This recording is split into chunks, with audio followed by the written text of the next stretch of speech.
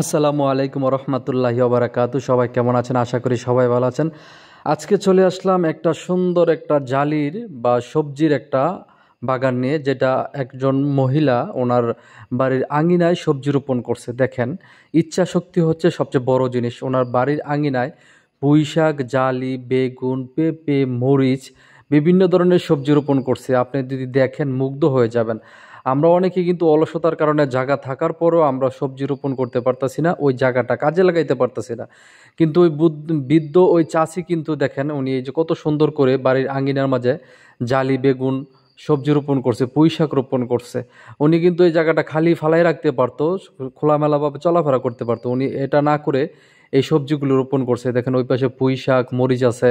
মানে আমি ওই রাস্তা দিয়ে যাইতেছিলাম, দেখে অনেক ভালো লাগতেছিল, তখন ওইটা দেখতেছিলাম। তখন উনি চলে আসছে, তখন জিজ্ঞেস করলাম গেল কে রোপণ করছে, তখন বললো যে আমি রোপণ করছি।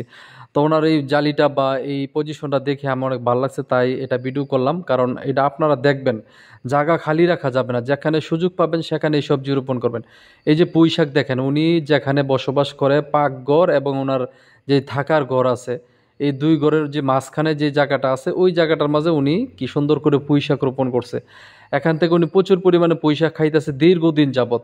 দেখেন ওনার যে যে বাড়ি এবং পাকঘর, কি সুন্দর একটা অবস্থা। আসলে এই মন মানসিকতা সবার নাই। জায়গা থাকতেও আমরা কিন্তু ফসল ফলাতে পারতেছি না। আর ওনার এই অল্প জায়গার মাঝে, ঘরের উঠানের মাঝে এক পাশে পাকঘর, এক পাশে হচ্ছে ওনার থাকার ঘর, এই দুইটার মাঝখানে উনি কিভাবে সুন্দর করে পুঁই শাক রোপণ করছে, ওই পাশে জালি, বেগুন রোপণ করছে। আসলে আমাদের সবাইকে এভাবে যদি আমাদের যে জায়গাগুলো আছে বাড়ির আঙ্গিনা আশেপাশে যদি কাজে লাগাতে পারি, তাহলে আমরা অবশ্যই অবশ্যই এখান থেকে ফলমূল, অক্সিজেন সব কিছু পাবো। তো ওনার এই জালি গাছে ফলন আসতেছে না, জালি গাছ অনেক বড় হয়েছে, গ্রোথ ভালো। তো আমি ওনাকে পরামর্শ দিলাম যে যদি গাছে গ্রোথ থাকে তাহলে ওইখানে গাছকে দমাতে হবে।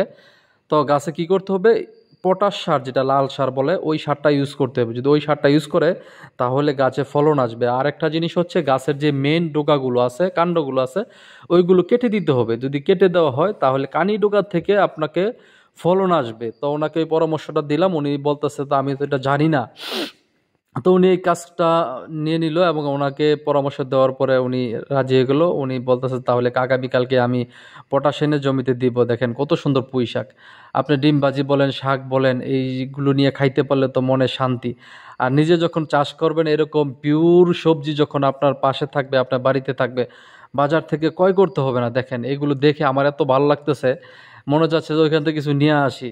তো চাচি বলতেছে যদি গাছে ফলন আসে আপনার যে পরামর্শ দিয়েছেন, তাহলে আমি ইনশাল্লাহ আপনার কাছে পৌঁছে দিব। আমি এদিকে মাঝে মাঝে আসি, দেখা হলে ইনশাল্লাহ হবে। তো সবাই ভালো থাকবেন, সবাই এই চ্যানেলটার পাশে থাকবেন, সবাই জায়গাটা কাজে লাগাবেন।